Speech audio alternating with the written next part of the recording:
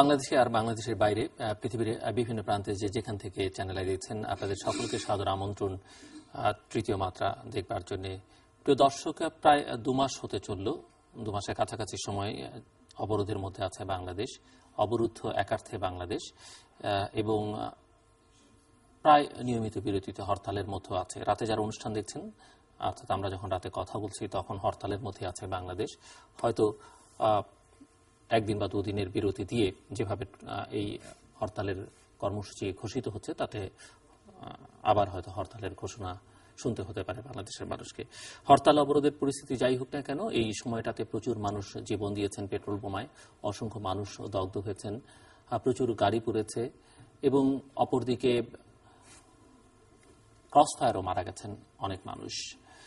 রাজনৈতিক নেতাকর্মীরা গ্রেফতার হয়েছেন, কিন্তু বাস্তবতা হচ্ছে এই দুপক্ষের যে লড়াই বা রাজনৈতিক বিরোধ, তারা বলি হচ্ছে বাংলাদেশ, বাংলাদেশের মানুষ, বাংলাদেশের মানুষের নিরাপত্তা, বলি হচ্ছে বাংলাদেশের ভাবমূর্তি, বলি হচ্ছে বাংলাদেশের অর্থনীতি, বাংলাদেশের শিক্ষা ব্যবস্থা, এমনকি মানুষের মনস্তত্ত্বের মধ্যে এর একটা তীব্র প্রতিক্রিয়া পড়ছে। সব মিলিয়ে যে সংকট তৈরি হয়েছে, এই সংকট উত্তরণের উপায় কি, সংকটের কারণ কি, এবং এই সংকট নিয়ে কথা বলবার মানুষের সংখ্যা আসলে কমে আসছে দুদিক থেকেই। এরকম একটি পরিস্থিতিতে কথা বলবার জন্য আমরা স্টুডিওতে আমন্ত্রণ জানিয়েছি যিনি অত্যন্ত সাহসের সঙ্গে গত বেশ কয়েক বছর যাবৎ বাংলাদেশের রাজনীতি নিয়ে, অর্থনীতি নিয়ে কথাবার্তা বলছেন। আমাদের মহান মুক্তিযুদ্ধের অন্যতম সংগঠক, বঙ্গবন্ধু শেখ মুজিবুর রহমানের অত্যন্ত স্নেহভাজন ঘনিষ্ঠজন, স্বাধীন বাংলা ছাত্র সংগ্রাম পরিষদ নেতা, সাবেক সংসদ সদস্য, অনর্বশী বক্তা নুরে আলম সিদ্দিকী। স্বাগত আপনাকে স্টুডিওতে। মিস্টার নুরে আলম সিদ্দিকী, শুরু করতে চাই যে পরিস্থিতির মধ্য দিয়ে বাংলাদেশ এখন যাচ্ছে, আপনার দীর্ঘ রাজনৈতিক অভিজ্ঞতা, এবং এই মুহূর্তে আপনি গত কয়েক বছর যাবতই বাংলাদেশের রাজনীতির একজন গভীর পর্যবেক্ষক। সেই অর্থে সক্রিয় রাজনীতিতে না থাকলেও প্রবলভাবে রাজনীতিকে আপনি দেখছেন, বিশ্লেষণ করছেন, টেলিভিশনে কথা বলছেন, পত্রিকায় লিখছেন। সব মিলিয়ে যে অবস্থার মধ্যে দিয়ে বাংলাদেশ যাচ্ছে, আপনার দীর্ঘ আন্দোলন সংগ্রামের অভিজ্ঞতার আলোকে এই অবস্থাটা আপনি কিভাবে দেখছেন? ধন্যবাদ আপনাকে। আপনার কুশলী পরিসাবিত পরিমার্জিত ভাষা উপস্থাপনায় আপনি এই 2 মাসের রাজনীতির মূল প্রেক্ষাপটটি অতি সংক্ষেপে অথচ সুন্দর করে তুলে ধরেছেন। এই ফেব্রুয়ারি মাস শুধু বাঙালির ভাষা আন্দোলনের মাস নয়, আত্মজিজ্ঞাসা, আত্মপ্রত্যয়ে উজ্জীবিত হয়ে অন্যায়ের বিরুদ্ধে রুখে দাঁড়ানোর মাস। সেই ফেব্রুয়ারি মাসের 27 তারিখে বাংলাদেশের আজকে 16 কোটি মানুষ আপনার উপস্থাপনায়, আপনার উপক্রমণিকায় উদ্ধৃত একটি গভীর সংকট, আতঙ্ক, দ্বিধা এবং দুশ্চিন্তার আবর্তে এবং দেশের স্বাধীনতা, সার্বভৌমত্ব সম্পর্কেও আতঙ্কিত, সংশয় বিমুক্ত নয়, এমন একটা পরিবেশের মধ্যে আজকে আমাকে কথা বলতে হচ্ছে। দেখেন, সংকটটি এতই গভীর, সংকটটি এতই অরাজনৈতিক, জেদ, ক্ষমতা দম্ভ এবং একমাত্র ক্ষমতাকে কেন্দ্র করে দেশের মানুষ, তাদের মননশীলতা, তাদের উৎকণ্ঠা, তাদের উদ্গ্রীব, তাদের অর্থনীতি, তাদের চেতনা, সমস্ত কিছুকে অস্বীকার করে 2 জোটের শীর্ষ নেত্রীরা তাদের রাজনীতি চালিয়ে যাচ্ছেন। একদিকে সরকার ঘোষণা দিচ্ছেন যে কিছুই করতে পারছেন না খালেদা জিয়া, সাংগঠনিকভাবে তিনি বিলুপ্ত, অবলুপ্ত, তার কোনো অস্তিত্ব নাই বাংলাদেশে। প্রধানমন্ত্রী সংসদে কটাক্ষ করে, ব্যঙ্গ করে, উপহাস করে বলছেন যে ভুল করেছেন আপনি 2014 নির্বাচন 5ই জানুয়ারি নির্বাচনে না এসে এখন পেট্রোল বোমা মেরে সেই ভুলের প্রায়শ্চিত্ত করা যাবে না, বরং 2019 পর্যন্ত আপনাকে অপেক্ষা করতে হবে। তিনি কোনো অবস্থাতেই স্বীকার করছেন না এই 20 দলীয় জোটকে, অথচ কালকে সংসদে দাঁড়িয়ে তিনি বলবেন 1,30,000 কোটি টাকা ইতিমধ্যে টানা অবরোধ এবং মধ্যে মধ্যে হরতালের কারণে ইতিমধ্যেই বাংলাদেশ ক্ষতিগ্রস্ত হয়েছে। সেটি তো প্রধানমন্ত্রী বিন করছেন যে এই হরতাল অবরোধের মধ্যে নাশকতা এবং সহিংসতা হচ্ছে, সেটি না হলে হতো এই অবরোধ হরতালের কার্যকারিতা থাকতো না। আমি আসব। সন্দেহাতীতভাবে এই অবরোধ, এই হরতাল ঢাকা শহরের চেহারা দেখে বোঝার কোনো কায়দা নাই যে এর কোনো প্রতিক্রিয়া মানুষের মধ্যে হচ্ছে। সেটি ফাইন্যান্স মিনিস্টার বলেছেন। হ্যাঁ, না, ফাইন্যান্স মিনিস্টার না বললেও আপনি জানেন আমি এই শহরের নাভি মুভে ওয়ালসো টাওয়ার আমার কেন্দ্রীয় অফিস, সেখান থেকে দেখা, এটা তো মোটামুটি গুরুত্বপূর্ণ রাস্তা। কিন্তু যারা শিল্প মালিক, যারা ব্যবসা বাণিজ্য করেন, ক্ষুদ্র ব্যবসায়ী, যারা চাষি, যারা দিন এনে দিন খান, তাদের সকলেই আজকে মর্মে মর্মে উপলব্ধি করছেন। এবং একথা সত্য যে সারা দেশ জুড়ে এই অতর্কিত বোমা হামলার আতঙ্কেই হোক, এই পেট্রোল বোমায় দগ্ধীভূত মানুষের আত্মনাদে ভীত সন্ত্রস্ত হয়েই হোক, দেশে একটি চরম সংকটের, গৃহযুদ্ধ, সামাজিক বিপর্যয়ের কাছাকাছি এনে দাঁড় করিয়েছে। এটা স্বীকার করতেই হবে। এবং প্রধানমন্ত্রী নিজেও এবং বিরোধী দলীয় নেত্রী, বিরোধী দলীয় নয়, 20 দলীয় জোটের নেত্রী, প্রাক্তন প্রধানমন্ত্রী, তিনিও সুনিশ্চিত নন এর শেষ পরিণতি কোথায়। আপনি বলছেন দুপক্ষের কেউই নিশ্চিত নয়। দেখেন, এই যে দুটি জোট, কেন আমি একটু জাস্ট ইন্টারাপ্ট করি, সরকার তো বলছে পুরো পরিস্থিতিটাকে তারা নিয়ন্ত্রণে নিয়ে এসছেন এবং সেই অর্থে আগেকার মতো পেট্রোল বোমার মাত্রা এখন কমে গেছে, সেই সহিংসতা নাশকতা যারা করছেন তাদেরকে আইনের আওতার মধ্যে বা গ্রেফতার করে নিয়ে আসা হচ্ছে। তো আপনার কাছে মনে হচ্ছে না পরিস্থিতি আগের চাইতে খানিকটা নিয়ন্ত্রণে সরকারের?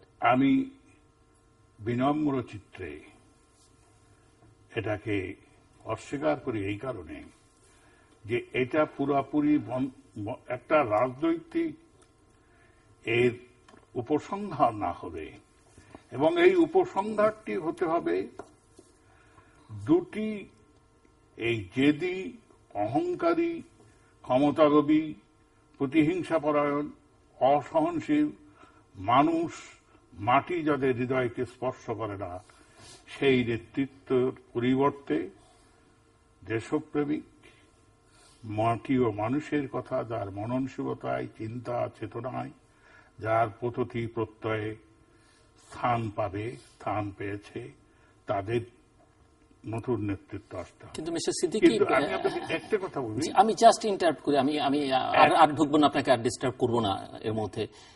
আপনি বলেন সেরকম একটা কথা না বলি, কিন্তু একটা ব্যাপারে খুব কৌশলে এবং খুবই সফলতার সাথে দুই নেত্রী একটি রাজনৈতিক অঘটন ঘটিয়ে রেখেছেন বাংলাদেশে। তারা কোন তৃতীয় শক্তির বিকাশ হতে দেন নাই। এই কারণেই তারা অদম্য দুঃসাহসিকতায় এই বাংলাদেশের সাধারণ মানুষকে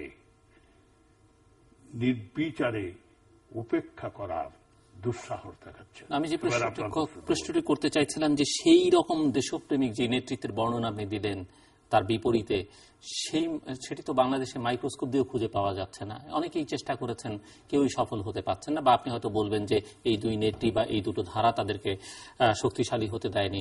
এবং এমন একটা অবস্থার মধ্যে বাংলাদেশ আছে যে আমরা যাদেরকে খুব ক্লিন ইমেজের মানুষ বলে চিনি, একটা পর্যায়ে গিয়ে দেখা যায় যে তারা আসলে নিজেরাই এমন ফাঁদে পা দেন বা এমনভাবে ধরা পড়েন যে তাদের ক্লিন ইমেজটা ক্লিন থাকছে না, খুবই ডার্টি মনে হয়। সাম্প্রতিক উদাহরণও সেটি হয়তো পাওয়া যাবে।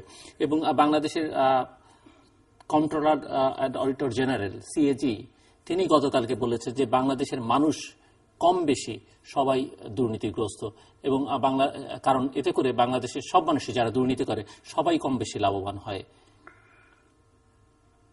দেখেন, আমি আপনার অনুষ্ঠান থেকে ভেবেছি দুর্নীতি জিনিসটা ছোঁয়াচে। মাছের পতন যেমন মাথার থেকে, সমাজের পতন, মূল্যবোধের অবক্ষয়, দুর্নীতি, এটিরও শুরু কিন্তু শীর্ষ নেতৃত্বের থেকে। আজকে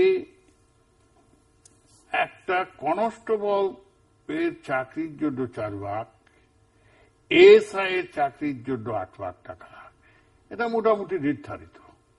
বিভিন্ন জায়গায় পোস্টিং এর জন্য এমন এমন পদ আছে তাতে কোটি কোটি টাকা, এটা কয়েকদিন পরে হয়তো নিলামে উঠবে। অমুক জায়গায় পোস্টিং এ কে কত টাকা দিতে পারবে। মধ্যে তো এই অর্থমন্ত্রী যার কথা আপনি বলবেন, কিন্তু বলবেনই দুর্নীতিটাকে দুর্নীতির আবর্ত থেকে তার সংজ্ঞা বদলাই দেওয়া উচিত। দুর্নীতির আবর্তের মধ্যে এটা রাখা উচিত নয়। দেখেন, আমি আপনাকে এই সংকটময় মুহূর্তেও একটা জিনিসের প্রতি আপনার দৃষ্টি আকর্ষণ করব। প্রধানমন্ত্রী নিজেকে এত শক্তিশালী ভাবেন, তার এত দাম্ভিকতা, তার প্রচন্ড অহংকার বোধ, এটা হওয়া স্বাভাবিক। যে দেখেন, জোট সব দেশেই হয়, এদেশেও জোট হয়েছে একটা 14 দলীয় জোট, এটাকে আমি 16 দলীয় জোট বলবো পরে, একটু ব্যাখ্যা দেওয়ার পরে। সেই দলে ভ্রান্ত বাম নয়, মস্কো পিকিং নয়, গণবাহিনী নয়, সকলে এসে এমন একটা জট পাকিয়েছেন। সরকারের আসল চেহারাটা কি? সরকারের জাতীয় ঐক্য। আরে জাতীয় ঐক্য করতে যে জাতির অস্তিত্ব এবং স্বাধীনতা সার্বভৌমত্বকে বিপন্ন করার উপক্রম হয়ে গেছে।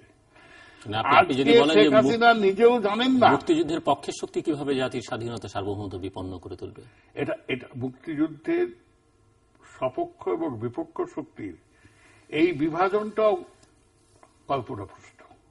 এই বিভাজনটা তৈরি করা হচ্ছে এই দেশের রাজনীতিটাকে একদিকে আফগানিস্তান, পাকিস্তান, অন্যদিকে সন্ত্রাসী, জঙ্গি এবং মৌলবাদী রাষ্ট্র, জঙ্গি রাষ্ট্র হিসাবে প্রতিহত করার জন্য। এই যে বোমা বিস্ফোরিত হচ্ছে, এই যে পেট্রোল বোমা ছোড়া হচ্ছে, একে নিন্দা করার ভাষা আমার নাই। বার্ন ইউনিটের যারা মৃত্যুবরণ করেছেন তাদের জন্য তাদের ফরিয়াদ, তাদের আর্তনাদ, তাদের আপনজনাদের আহাজারি সমস্ত মানুষের অন্তরকে কাঁদিয়েছে। শুধু কানাই নাই, খালেদা জিয়ার অন্তরকে। তিনি বার্ন ইউনিটে একবার দেখতে যান নাই। তিনি এই অগ্নিদগ্ধ মানুষের জন্য কোন সমবেদনা প্রকাশ, তিনি তো তার কার্যালয় থেকে বেরোচ্ছেন না, কোথাওই যাচ্ছেন না। না বেরোচ্ছেন না, ওনার তরফ থেকে তো তেমন কেউ যায়, বেরোতে পারছেন না বা বেরোচ্ছেন না। ওনার দলের একজন স্থায়ী কমিটির নেতা গিয়েছিলেন, পরে ওনারা বলছেন যে ওনাদের যাবার পরিবেশ সেখানে নেই, আপত্তি করা হয়েছে। আমার কথা উনি তো একটা সাহায্য ঘোষণা দিতে পারতেন। বরং যারা একটি ঘোষণা দিয়েছেন, প্রশাসনের দ্বারা যারা ওনার দলের পক্ষ থেকে একটি ঘোষণা নিহত হয়েছেন বা হচ্ছেন, তাদেরকে ওনারা কি জাতীয় ক্ষমতায় গেলে বীর, জাতীয় বীর, আর যারা আহত বা কারারুদ্ধ হচ্ছেন তাদের এই প্রজন্মের মুক্তিযোদ্ধা হিসেবে ঘোষণা দেবেন। আহারে সুখের পায়রা, কত কষ্টের এই স্বাধীনতা, কত যন্ত্রণার এই স্বাধীনতা, কত অশ্রুর বিনিময়ে এই স্বাধীনতা। জীবনের যৌবনের 6টি বছর কারাগারে নির্জন প্রকোষ্ঠে আমরা কাটিয়েছি। এই দুই নেত্রী জাতির জনকের রক্তের উত্তরাধিকার, আদর্শের উত্তরাধিকার নন। আর একজন জিয়াউর রহমানের সহধর্মিণী, কিন্তু তার চিন্তা চেতনা মননশীলতাকে এতটুকু গ্রহণ করেন না। যাই হোক, আমি ওই আলোচনা এখানে আসতে চাচ্ছি না। আমি শুধু একটা কথা বলতে চাচ্ছি যে এই বার্ন ইউনিটের যারা আত্মনাদ করছেন, যারা ফরিয়াদ করছেন, তাদেরটা আজকে সর্বজন জ্ঞাত, বিশ্ব জ্ঞাত। কিন্তু দেশের পেশাজীবী মানুষ থেকে শুরু করে, শিল্প কারখানা থেকে শুরু করে, যারা পরীক্ষা দিচ্ছে তারা থেকে শুরু করে একটা শিশু পর্যন্ত এই দুটি জেদে মনের অর্থের বলি যে হচ্ছেন, সেটা জাতির জন্য যে কতটুকু বেদনা বিধুর, জাতির জন্য যে কতটুকু মর্মান্তিক, জাতীয় ভাবমূর্তি বিশ্বের কাছে আজকে যে কতটুকু সংকটাপূর্ণ, এটা দুজনার কারোর কাছে কোনো হিসাব নিকেশ নাই। ওনারা আর একটা মজার ঘোষণা দিয়েছেন সরকারের তরফ থেকে, যাদের ঋণ 500 কোটি টাকার উপরে তাদেরকে ওনারা রিশিডিউল করবেন। আরে যে যত ছোট শিল্পপতি ক্ষতির পরিমাণ তো তার বেশি, সাহায্য প্রণোদনা রিশিডিউলিং তাদের করতে হবে। আমি সেদিন বিজেপি নেতৃবৃন্দকে বললাম যে তোমরা ঘুমাচ্ছ কেন? কথা হচ্ছে কি, যারা হাজার হাজার কোটি টাকা লুট করে নিয়েছে, শেখ হাসিনাকে আমি চ্যালেঞ্জ করছি, আপনার যদি দেশপ্রেম থাকে, এদেশের শিল্প এবং বাণিজ্য ব্যবসাকে যদি আপনি সত্যিই সুসংহত করতে চান, বাংলাদেশকে যদি সত্যিকারের অর্থে অর্থনৈতিক পথ পরিক্রমণের অগ্রযাত্রায় আপনি নেতৃত্ব দিতে চান, আপনি দুর্নীতির বিরুদ্ধে জেহাদ ঘোষণা করুন। আপনি শেয়ার বাজার, হলমার্ক, ডেস্টিনি, যুবক, বেসিক ব্যাংকের এদের বিরুদ্ধে দ্রুত আইন বিচার করে দৃষ্টান্তমূলক শাস্তি দান করুন। আমি কথা দিচ্ছি, অন্তত আপনার প্রতি একটু দোয়া হলেও আমি করব। সে সাহস আপনার নাই, সে কথা আপনি সংসদে একদিনও বলেন না, সেই ব্যাপারে আপনি কোনো পদক্ষেপ দেন নাই। আরে বেসিক ব্যাংকে মামলা হয়েছে, তার চেয়ারম্যানকে শুধু সরিয়ে দেওয়া হয়েছে। হাজার হাজার কোটি টাকার মালিক হয়ে যদি শুধু চেয়ারম্যান পদে হারানো যায়, হলমার্কের বহু যারা হোতা তাদেরকে কাউকে আসামি করা হয় নাই। শেয়ার বাজার কেলেঙ্কারিতে 26,000 কোটি টাকা বাংলাদেশ থেকে চলে গেছে, 31 লক্ষ লোক সর্বশান্ত হয়েছে, তার রিপোর্টটা পর্যন্ত সরকার প্রকাশ করে না, এবং বিরোধী দল এটা প্রকাশ করতে বাধ্য করার কোন কর্মসূচি দেয় নাই। আশ্চর্যজনক, বিস্ময়ভূত হলেও সত্য যে দুই দলই দুর্নীতির বিরুদ্ধে তেমন কোন জোরালো কথা বলে না। শোনা যায়, এবং এটা সর্বাংশে সত্য, যে ব্যবসায়ী মহলের মধ্যে একটা সিন্ডিকেট তৈরি হয়েছে। এখানে বিরোধী দল আছে, সরকারি দল আছে, আমি নাম করতে চাই না। আপনি হাসছেন, হয়তো আপনিও এদের নাম জানেন, সমস্ত দেশবাসী এদের নাম জানে। তো যাই হোক, আমি একটা কথা বলতে চাই, যদি দেশপ্রেম থাকে, দেশে যদি রাজনীতি থাকে, দেশে যদি বাকিও মানুষের কথা থাকে, দেশে যদি মানুষের মননশীলতা, মানসিকতা, প্রত্যয়বোধ, রাজনৈতিক নেতৃত্বে চেতনার আঙ্গিকে থাকে, তাহলে যে কোনো সমস্যা সম্বন্ধে আলোচনা হতে পারে। আপনার কি মনে নাই, এই রুহুল হক সাহেবের অবজারভেশনকে কেন্দ্র করে, পরবর্তী খায়রুল হক সাহেবের অবজারভেশনকে কেন্দ্র করে তত্ত্বাবধায়ক সরকারের বিভক্তি সাধন করে নির্বাচনের ঘোষণা যেটা দিবেন, সেই ঘোষণা দেওয়ার প্রস্তাবে ওই 2008 নির্বাচনে নির্বাচিত প্রধানমন্ত্রী বারবার বলবেন একটা সাংবিধানিক ধারাকে অব্যাহত রাখার জন্য নির্বাচনটা হয়ে যাক, তারপরে অবশ্যই আমরা এটার একটা সমাধান খুঁজে বের করব। সেটা পরিপূর্ণভাবে বিস্তৃত হয়ে আজকে তিনি যে কথা বলছেন, এটা কোন রাজনীতির কথা নয়, এটা দম্ভিকতার কথা, এটা অহংকারের কথা, এটা আমি সমস্ত কিছুর ঊর্ধ্বে এই হীনমন্যতা মানসিকতা বহিঃপ্রকাশের কথা। দেখেন, হামসের সঙ্গে ইসরায়েলের বৈঠক হল, ভিয়েতনাম যুদ্ধ বৈঠকের মধ্যে শেষ হল। এইবার মাই সুন্নি সামরিক শক্তির মধ্যে সমঝোতা হল। বাংলাদেশে হতে পারে না কেন?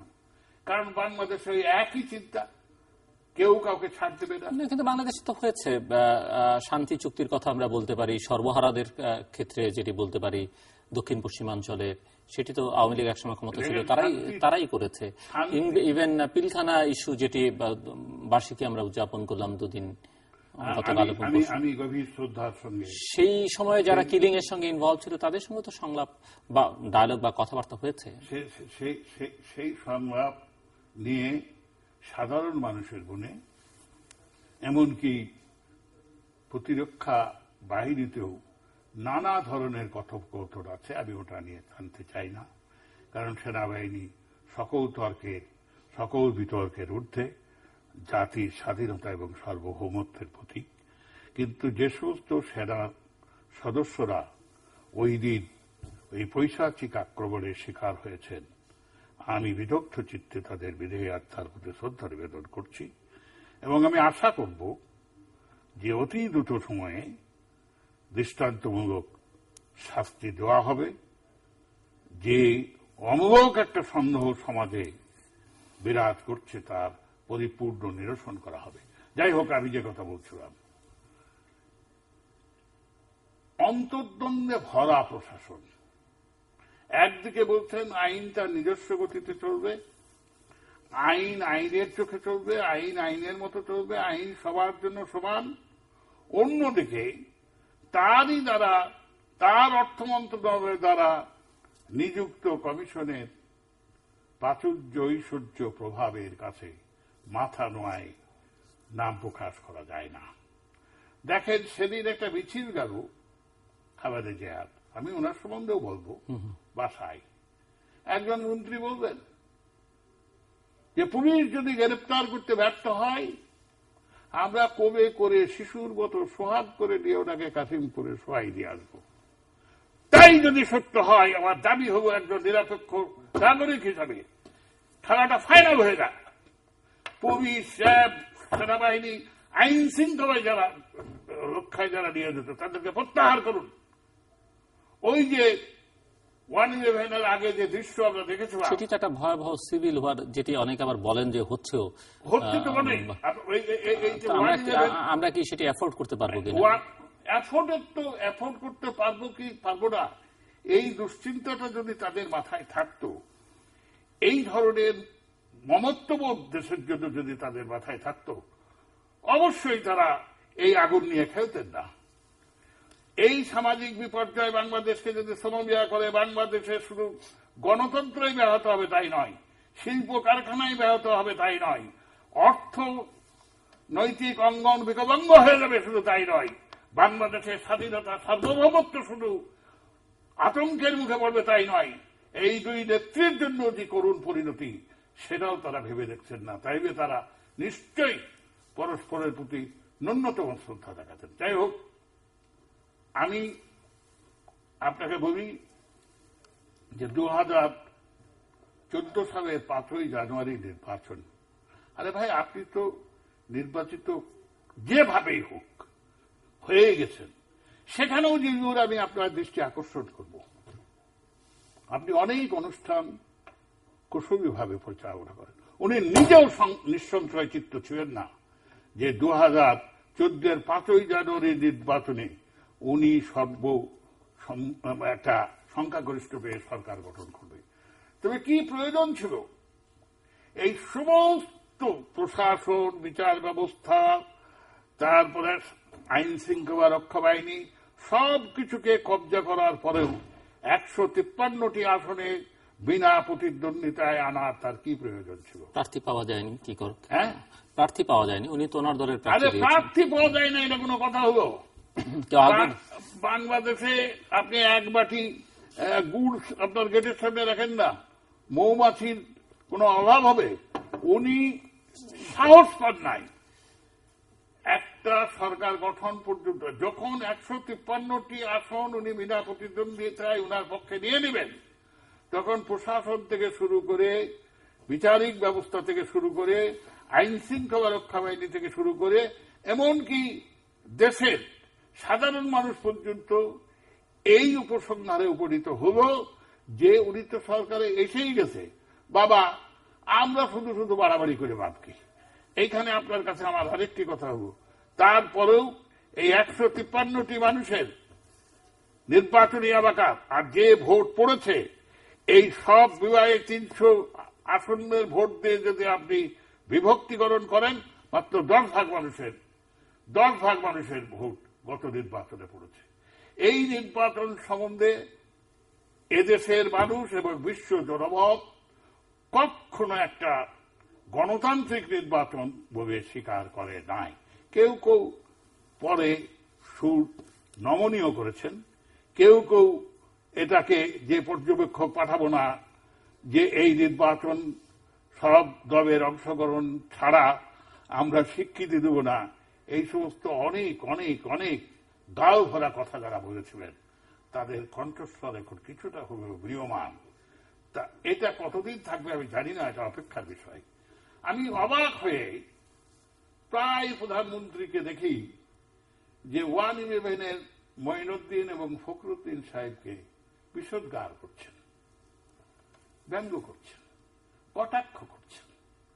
ওনাদের জেবে নিয়েছিল, সে জেবে ওনারা কিভাবে ছিলেন সে বর্ণনা আমি দেব না। আরে 111 যদি না হতো, 2006 সালের 22শে জানুয়ারি নির্বাচনটি যদি অনুষ্ঠিত হতো, আজকে খালেদা জিয়ার যে অবস্থা, আপনার একই অবস্থা হতো।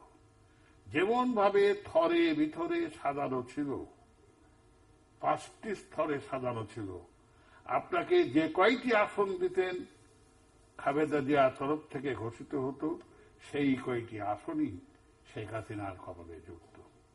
তা আমি একটা রাজনৈতিক সচেতন ব্যক্তি হিসাবে ওই 5ই জানুয়ারি নির্বাচনে খালেদা জিয়া না যাওয়া অযৌক্তিক, এটা নিঃসংকোচে বলতে পারবো না, যথেষ্ট কারণ ছিল তার না যাওয়া।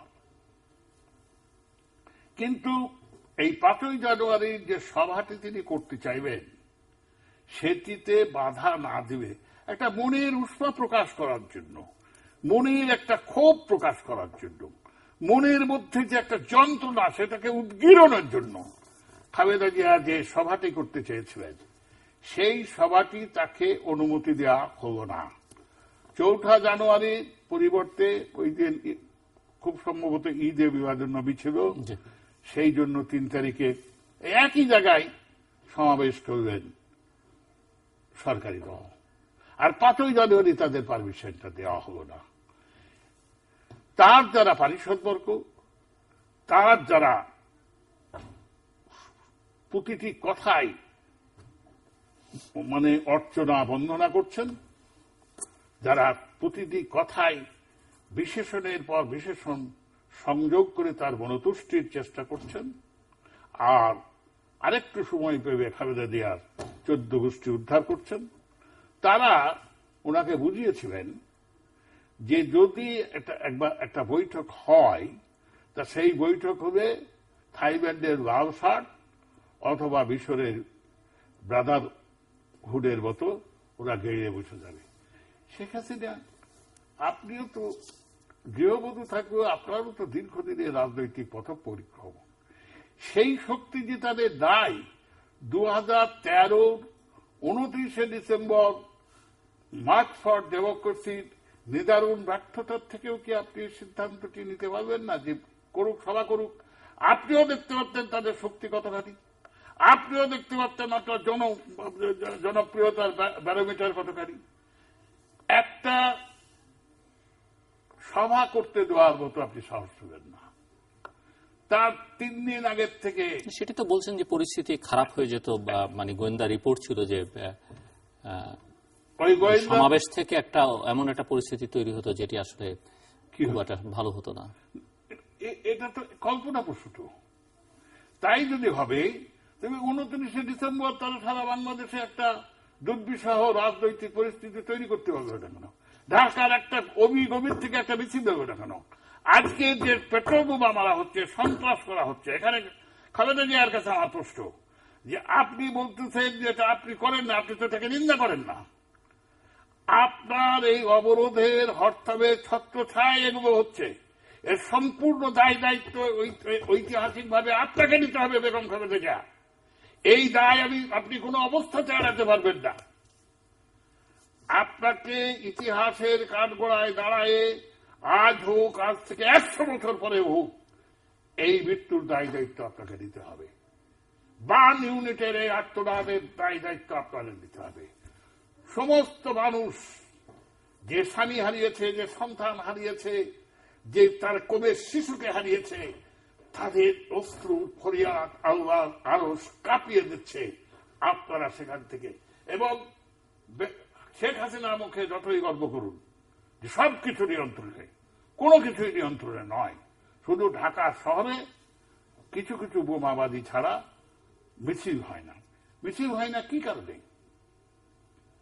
এই 20 দলীয় জোট এরা শুধুমাত্র খালেদা জিয়ার মুখের দিকে তাকিয়ে থাকেন।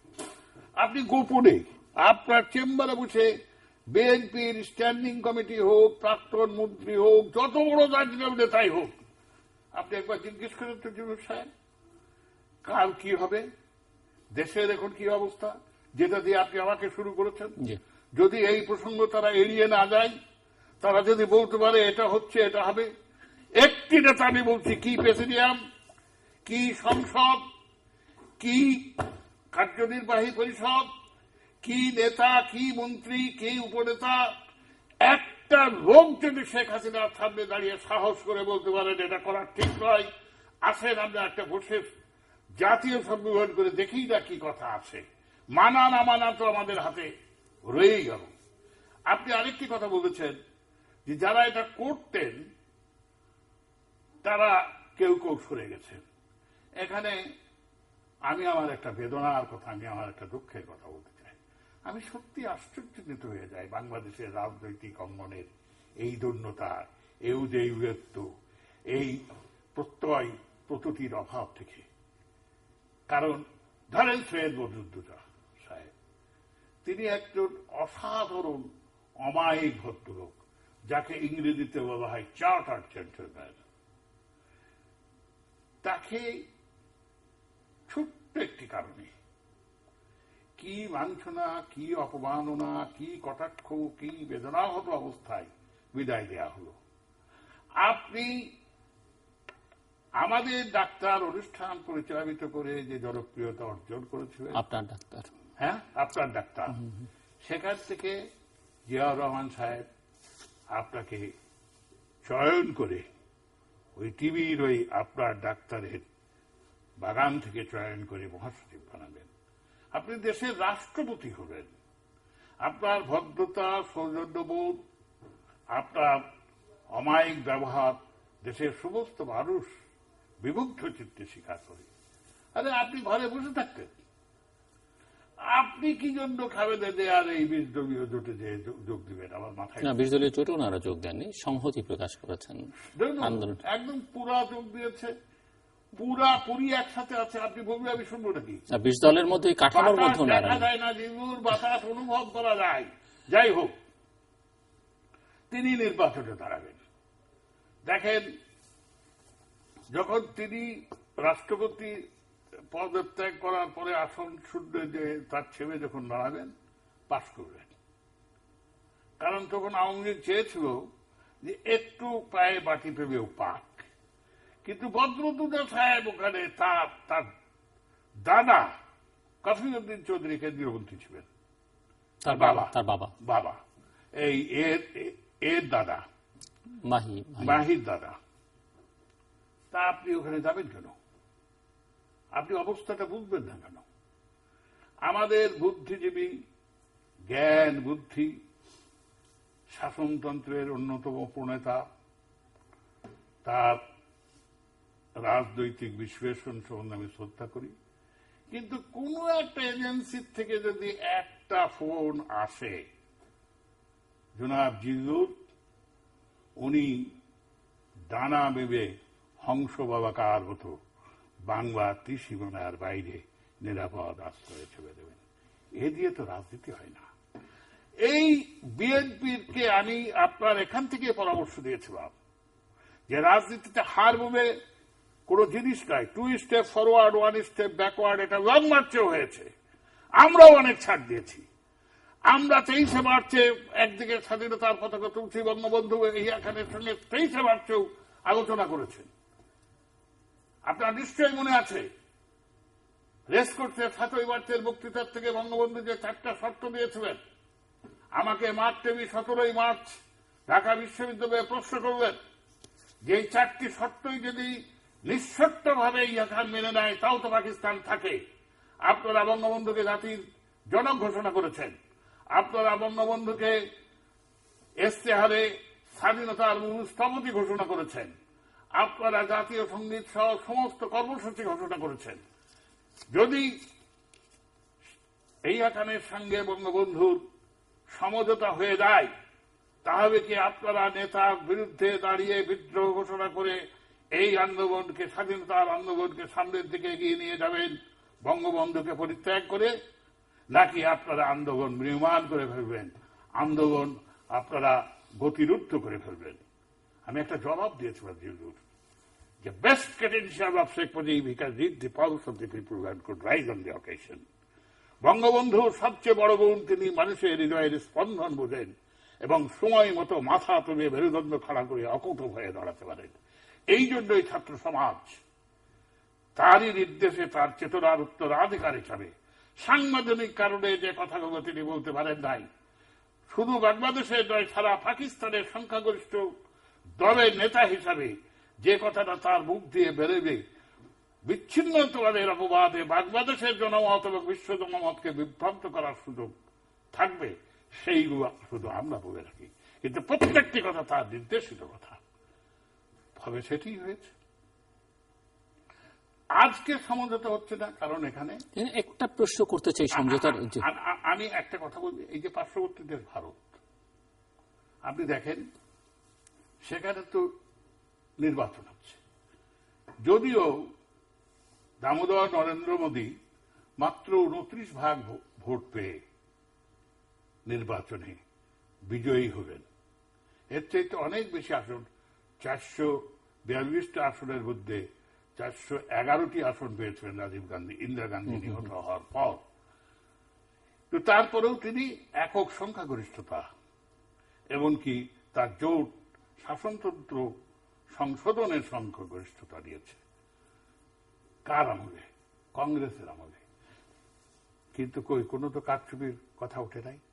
ফলাফল ঘোষণার আগে অভিনন্দন জানিয়ে দিয়েছেন। অভিনন্দন জানাবেন সোনিয়া গান্ধী, আমি শেষ করি, রাহুল গান্ধী তেরা অভিষেক অনুষ্ঠানে গেবেন। তাই বলে তাদের রাজনৈতিক বিতর্ক মিটে গেল না। তাই বলে তারা যে বর্তমান বিরোধী দলের মতো স্তুতি বন্দনা গাইতে শুরু করল না। কেজরিওয়াল ভারতের রাজধানী, সেইখানে কতগুলো অরাজনৈতিক ইঞ্জিনিয়ার, প্রকৌশলী ইত্যাদি টেকনিক্যাল লোককে দিয়ে নির্বাচন করবেন। ওখানে মোট আসন ছিল 70টি। 67টা আসনে নিরঙ্কুশ বিজয়ী হবেন। ক্ষমতায় কে ছিল? স্বরাষ্ট্রমন্ত্রী কে ছিল? রাজনাথ। ক্ষমতায় দামোদর নরেন্দ্র মোদী। তিনি 17টি জনসভায় বক্তৃতা করে কেজরিওয়ালকে একটা রোমান্টিক, উদ্ভ্রান্ত, উন্মাদ পর্যন্ত বলেছেন। কই ওই নির্বাচন সম্বন্ধে, কারচুপি সম্বন্ধে বা নির্বাচনটাকে প্রশ্নবিদ্ধ করার তো কোনো পরিবেশ নাই। কারণ সেখানে নির্বাচনী কমিশন, সেখানে বিচার ব্যবস্থা, সেখানে প্রশাসন, গণতন্ত্রের প্রতি শ্রদ্ধাবোধটা অনেক বেশি। আমি যে প্রশ্নটা করতে চাই এখন, যে আমরা তো সংকটের আপনি সমাধানের পথ কি দেখেন? তার আগে দুটো সাম্প্রতিক ঘটনা। একটি হচ্ছে যে বিএনপি চেয়ারপারসন বেগম জিয়ার বিরুদ্ধে একটি গ্রেপ্তারি পরোয়ানা জারি করেছে আদালত, যদিও পুলিশের কাছে এখন পর্যন্ত পৌঁছায়নি বলে পুলিশের ভাষ্য। শেষ পর্যন্ত কি হবে জানা যায়নি। আমি যেটি জিজ্ঞাসা, যে এই গ্রেপ্তারি পরোয়ানা বা যদি তাকে গ্রেপ্তার করা হয়, আদৌ করা হবে কিনা আমরা নিশ্চিত নয়, সেটি হলে পরিস্থিতিটা কোন দিকে টার্ন নিতে পারে বা আদৌ কোনো দিকে টার্ন নেবে কিনা বা যে অবস্থা চলছে। আরেকটি হচ্ছে যে এই যে মাহমুদুর রহমান মান্না, আপনি খুব ভালোভাবেই জানেন যে তার যে টেলিফোন কথোপকথন, যেটি হঠাৎ করেই একটা আচমকা একটি নতুন ইস্যু আসলো এবং তিনি এখন পুলিশের রিমান্ডেও আছেন, বাট তার এই কথোপকথনের মধ্য দিয়ে যে বিষয়গুলো বেরিয়ে এসছে সেটি সরকারের জন্য কিছুটা ইতিবাচক ফল দেবে কিনা, কারণ এর মধ্যে অনেকেই মনে করছে যে অনেক নেতিবাচক উপাদান এই কথোপকথনে ছিল। একটি তো একজন বিএনপি নেতার সঙ্গে, আরেকটি অজ্ঞাতনামা এক ব্যক্তির সঙ্গে, এবং তিনি যেহেতু একটি তৃতীয় রাজনৈতিক ধারার কথা বলছিলেন, তৃতীয় শক্তি বা নাগরিকদের শক্তি, নাগরিক সমাজের সঙ্গে তার এক ধরনের সম্পর্কের কথা বিভিন্ন সময় দেখা গেছে। সব মিলিয়ে এই দুটো ইস্যু আসলে বর্তমান যে রাজনীতির গতি প্রবাহ সেখানে কোনো মাত্রা যোগ করবে কিনা, এটি একটি প্রশ্ন। আরেকটি প্রশ্ন করে দিই, শেষ করে দিচ্ছি যে যা কিছু হচ্ছে, যে অবস্থার মধ্যে দিয়ে বাংলাদেশ যাচ্ছে, এখান থেকে আসলে শেষ পর্যন্ত মুক্তির পথটা কি? সময় আমার হাতে খুব বেশি নেই আপনার জন্য। আপনি মাহমুদুর রহমান মান্না এবং বেগম খালেদা জিয়ার গ্রেপ্তার সম্পর্কে যে কথা বলবেন, আমার হৃদয়ের একটা উষ্মা সবসময় আপনার এখান থেকে আমি প্রকাশ করেছি যে রাজনীতি করবেন, জেল খাটবেন না, রাজনীতি করবেন, ওয়ারেন্ট দেখবে ভয়ে হাঁটু কাঁপবে, তবে রাজনীতি ছেড়ে দিয়ে একটা স্বাভাবিক জীবন যাপন করুন। খালেদা জিয়াকে গ্রেপ্তার করা হবে কি হবে না এটা আমি জানি না। 1/11 পরে তারা গৃহবন্দী ছিলেন, তারা বন্দী ছিলেন না। দুটি সুসজ্জিত শীততাপ নিয়ন্ত্রিত বাসায় তাদেরকে রাখা হয়েছিল। এটা বিশেষ কারাগার বলা হয়েছে। হ্যাঁ, বলা হবেই হবে নাকি, কত টেম্পারেচারে ডিম্পোজ হয়েছে সেটা বলতেন স্বরাষ্ট্রমন্ত্রী। আহারে গদ গদ কণ্ঠে বলছেন দুই নেত্রীকে কোন জায়গায় এক জায়গায় দেখেছেন কি একটা ব্যাপারে, না খাওয়া পাঠিয়েছিলেন শেখ হাসিনা। সারা জাতি বিবৃদ্ধ চিত্তে এই দৃশ্য অবলোকন করব, দুই নেত্রীকে কখন রাজনৈতিক অঙ্গনে একই অবয়বে দেখবে, তার জন্য অধীর আগ্রহে অপেক্ষমান। জেনারেল মতিনের ভাষ্য এই যে তারা খেটেছেন, তা জেল খাটবেন না অথচ রাজনীতি করবেন, এটা আমি দীর্ঘদিন জেল খেটেছি সেই ক্ষোভের কারণে নয়, এটা রাজনীতি হতে পারে না। হ্যাঁ, এই উপমহাদেশে মুসলিম লীগ শুধু প্রাসাদ কেন্দ্রিক রাজনীতি করছে, তাছাড়া সকলকে। বেগম জিয়া তো জেল খাটবেন কি খাটবেন না সেটি নিয়ে আমার প্রশ্ন না। আমার প্রশ্ন হচ্ছে যদি উনি জেলে, ওনার দলের নেতারা কেন খণ্ড মিছিল ঢাকা শহরকে বের করতে পারে না? পুলিশের ভয়। 7ই জুনে 124 ধারা ভঙ্গ করে মনু মিয়ার লাশ ছিনিয়ে নিয়েছে, তার গেঞ্জি কেড়ে নিয়ে ওই কার্যক্রমে এসে আমরা জানাজা পড়েছি, গায়েবীর জানাজা পড়েছি। এর রাজনীতির অর্থ হচ্ছে মৃত্যুর সঙ্গে পাঞ্জা ধরা, রাজনীতির অর্থ হচ্ছে অকুট ভয়ে সত্যকে তুলে ধরা, রাজনীতির অর্থ হচ্ছে কর্মসূচি যুদ্ধ করা। মানুষ যার কর্মসূচি তাকে গ্রহণ করবে তিনি ক্ষমতায় আসবেন। শুধু ক্ষমতার দ্বন্দ্ব তো রাজনীতি নয়। যাই হোক, শুধু মাহমুদুর রহমান মান্না নন, আমার সত্যিকার অর্থে সরাসরি রাজনৈতিক অভিজ্ঞতা প্রায় 50 বছরের কাছাকাছি। আর যদি 35-54 সালে মা পাঠিয়েছিল বাংলা ভাষা রাষ্ট্র চাই কপালে টিপ দিয়ে, সেটা যদি ধরেন তাহলে তো প্রায় 56-57 বছরের ব্যাপার। আমি মনে করি সমস্ত বাম রাজনীতিবিদরা ইউটোপিয়ান, রোমান্টিক।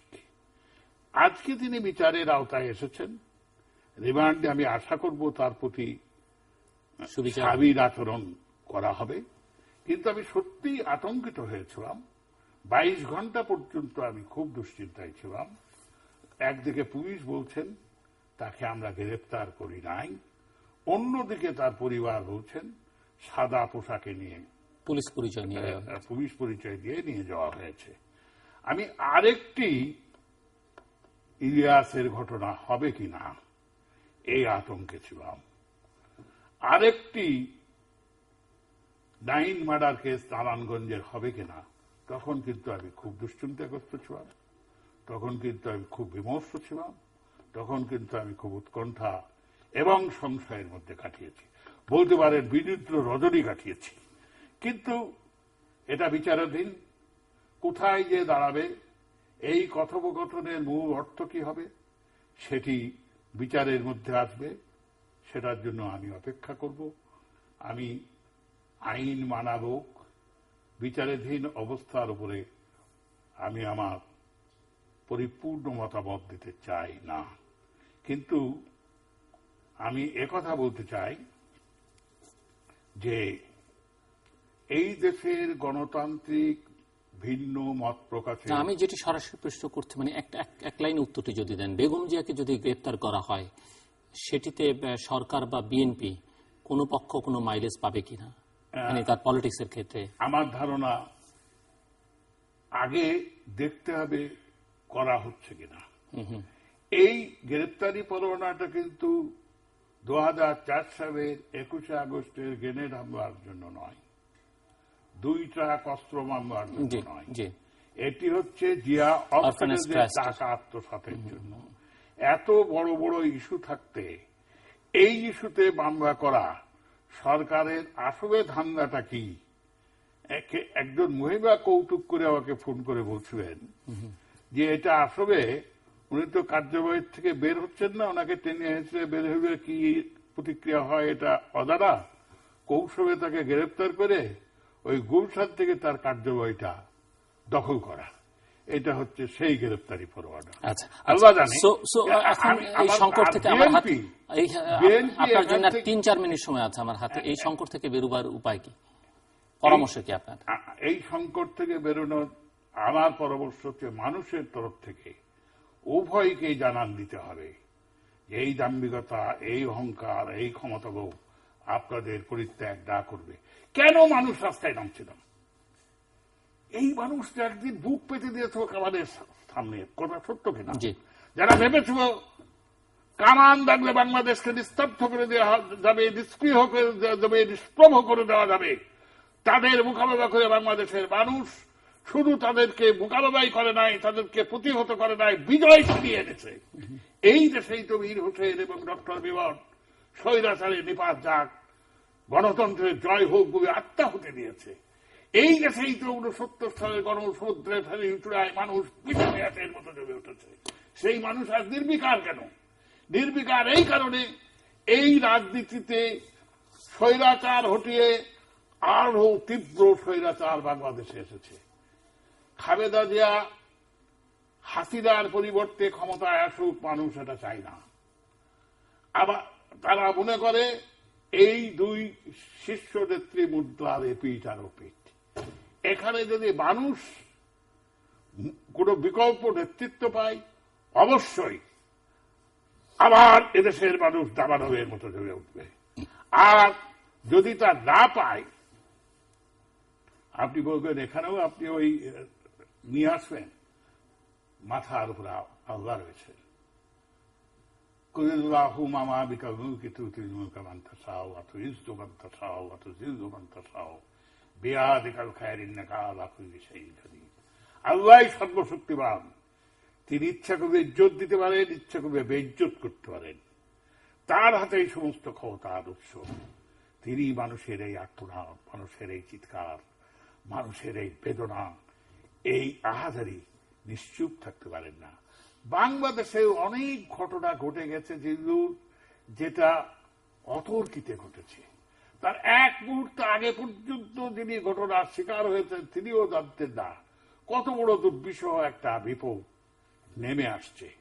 তা আমি প্রত্যাশী, আমি বিশ্বাসী, প্রথম কথা হচ্ছে কি, যারা পারতেন তারা আজকে নিষ্ক্রিয়, আপনারাও নিষ্ক্রিয়, সাংবাদিকরাও নিষ্ক্রিয়, সংবাদপত্র মালিকরাও আজকে দ্বিধা বিভক্ত, শিক্ষকরাও আজকে পরিষদে পরিণত হয়েছে, কি লাল প্যানেল, নীল প্যানেল, সাদা প্যানেল এইসবের মাধ্যমে।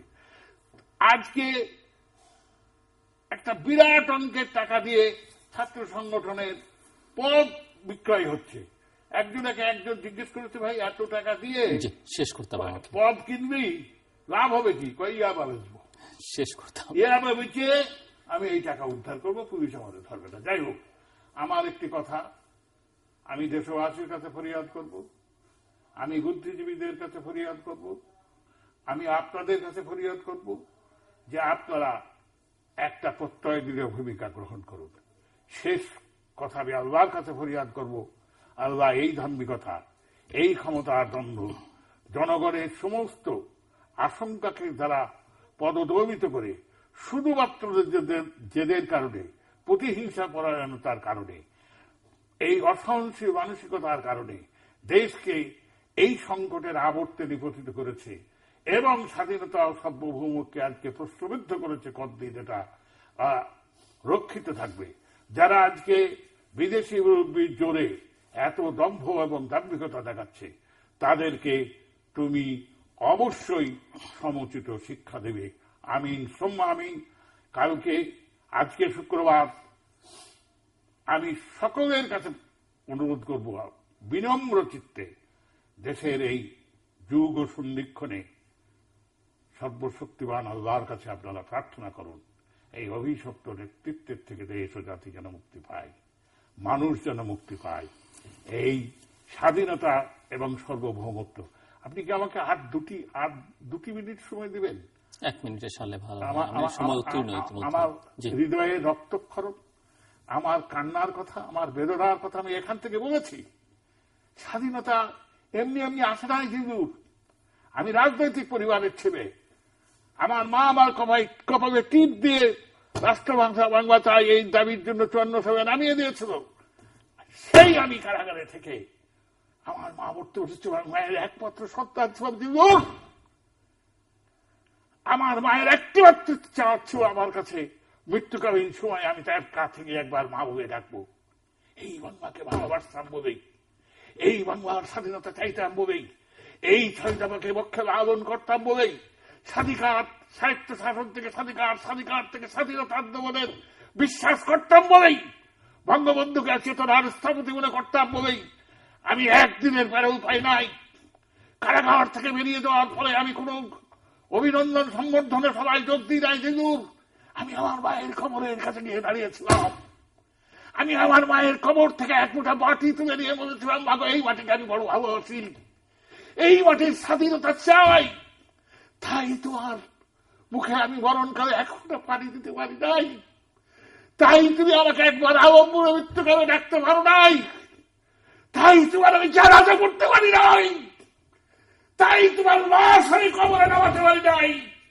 তোমার কবরের মাটি ছুঁয়ে প্রতিজ্ঞা করে গেলাম, যতদিন পর্যন্ত বাংলাদেশকে স্বাধীন করতে না পারবো তোমার কবর জিয়ারত আর করব না।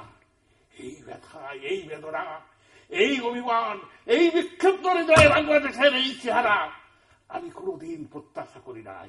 আমার বয়স যদি কেজরিওয়ালের মতো হতো, আমার বয়স যদি স্বাধীনতা যুদ্ধকালীন সময়ের মধ্যে হতো, আমি দেখিয়ে দিতাম কেমন করে এই বাংলাদেশের মানুষকে নতুন করে আগ্নেয়গিরির গলিত আভার মতো প্রজ্বলিত করতে হয়।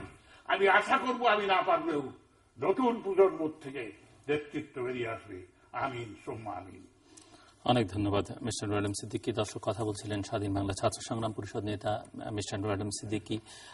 মহান মুক্তিযুদ্ধের সংগঠক, মুক্তি সংগ্রামে মুক্তিযুদ্ধের যে ত্যাগ, নিজের যে ত্যাগ কষ্ট, সেটি অনুষ্ঠানের শেষ প্রান্তে এসে তার কথার মধ্য দিয়ে আবারও বেরিয়ে আসলো। এবং শুধু এটা, তিনি তো বেঁচে আছেন এখনো এবং বাংলাদেশে বেশ ভালোভাবে বেঁচে আছেন। অসংখ্য মানুষ, লক্ষ লক্ষ মানুষ জীবন দিয়েছে এই দেশটির স্বাধীনতার জন্য। লক্ষ লক্ষ মা, তাদের মা বোন, তাদের সম্মানকে বিসর্জন দিয়েছেন এই দেশটির স্বাধীনতার জন্য। অসংখ্য মানুষ, লক্ষ লক্ষ মানুষ ত্যাগ স্বীকার করেছেন, অন্য দেশে গিয়ে আশ্রয় নিয়েছেন কোটি মানুষ। এত রক্তক্ষয়, এত ত্যাগের বিনিময়ে যে দেশটি স্বাধীন হয়েছে, যে দেশের অপার সম্ভাবনা 43 বছর ধরে খেটে খাওয়া সাধারণ মানুষ, গার্মেন্টস শ্রমিক, প্রবাসে থাকা শ্রমিকরা যে দেশটির অর্থনীতিকে চাঙ্গা করে রেখেছেন। এবং গতকাল বাংলাদেশ ব্যাংক জানিয়েছে যে বাংলাদেশের ইতিহাসের রেকর্ড পরিমাণ রিজার্ভ এখন বাংলাদেশ ব্যাংকে, $20 বিলিয়ন বাংলাদেশে এখন রিজার্ভ। সেই বাংলাদেশ চোখের সামনে ধ্বংস হয়ে যাবে, শেষ হয়ে যাবে শুধু কিছু মানুষের ক্ষমতায় থাকা যাওয়ার এই লড়াইয়ের মধ্য দিয়ে। এটি বাংলাদেশ সহ্য করতে পারে না, বাংলাদেশ এটি ধারণ করতে পারে না, এবং ধারণ করতে পারে না বলেই বাংলাদেশের মানুষকে জেগে উঠবার, এই নষ্ট অপরাজনীতির বিরুদ্ধে জেগে উঠবার আহ্বান তিনি জানিয়েছেন। যদিও বাংলাদেশের মানুষকে এমন একটাই ভোতা মানুষে পরিণত করেছেন আমাদের রাজনৈতিক নেতৃত্ব, যে মানুষ আসলে সবই বোঝে, কিন্তু প্রতিবাদ করবার ভাষাটা এখন সে হারিয়ে ফেলেছে। বরং নিজে কোনো রাজনৈতিক নেতার দিকে, কোনো বিশেষ গোষ্ঠীর দিকে না তাকিয়ে নিজে নিজের জীবনকে চালাবার জন্য চেষ্টা করছেন, এবং সেখানে বাংলাদেশের মানুষ সাফল্য পেয়েছেন, এবং সেটি দেশের ভেতর থেকে, দেশের বাইরে থেকে অর্থনীতিবিদরা স্বীকারও করে নিয়েছেন। সমস্যার সমাধান কিভাবে হবে, যারা আন্দোলন করছেন তারা যে দেশের জন্য, ভালোর জন্য তেমন কিছু করছেন সেটি তাদের ক্রিয়াকর্ম বলে না, অতীতও বলে না, এবং ভবিষ্যতে যে তারা সংশোধিত কিছু করবেন সেরকম কোনো রূপরেখাও কিন্তু তারা জনগণের সামনে হাজির করতে পারেননি। যারা ক্ষমতায় আছেন তারা কোন প্রক্রিয়ার মধ্য দিয়ে ক্ষমতায় আছেন, কোন ধরনের নির্বাচনের মধ্য দিয়ে ক্ষমতায় আছেন, এখানে নৈতিক অবস্থান কতখানি শক্তিশালী, সেটি নিয়ে একটা বড় প্রশ্নবোধক চিহ্ন দেশের ভেতর থেকে বাইরে থেকে আছে। কিন্তু সমাধানের মূল অস্ত্রটা বা সমাধানের মূল ফর্মুলাটা কিন্তু তাদের হাতেই আছে। সেটি তারা ইতিবাচকভাবে করবেন না নেতিবাচক মধ্য দিয়ে করবেন, শান্তির মধ্য দিয়ে না ধ্বংসের মধ্য দিয়ে করবেন, সেটি তারাই ভালো বলতে পারবেন। তবে এই অবস্থা, যে অবস্থা এখন চলছে, এই অবস্থা আসলে আর চলতে পারে না, এবং এ থেকে পরিত্রাণের জন্য শেষ পর্যন্ত এই অনুষ্ঠানে বহু অতিথি বিভিন্ন সময় এসছেন, তারা সবাই সৃষ্টিকর্তার শরণাপন্ন হয়েছেন। এবং আমি নিজেও কোনো এক শুক্রবারে বলেছিলাম যে সবাই মিলে এই জুম্মা দিনে সবাই যেন গণপ্রার্থনা করি দেশটি শান্তির জন্য, স্বস্তির জন্য আমাদের সবার, এবং এই অপরাজনীতি থেকে মুক্তির জন্য। এবং অন্যান্য ধর্মাবলম্বী যারা আছেন তারাও প্রার্থনায় অংশ নিতে পারেন যার যার মতো করে, কিন্তু এর বাইরে আর কোনো বিকল্প জনগণের সামনে আছে কিনা সেটি অবশ্য আমার জানা নেই, এবং বলা সমীচীন হবে কিনা সেটি আমি বলতে পারবো না। দর্শক, আমাদের সঙ্গে থাকবার জন্য অসংখ্য ধন্যবাদ, আপনাদের সবার জন্য শুভকামনা।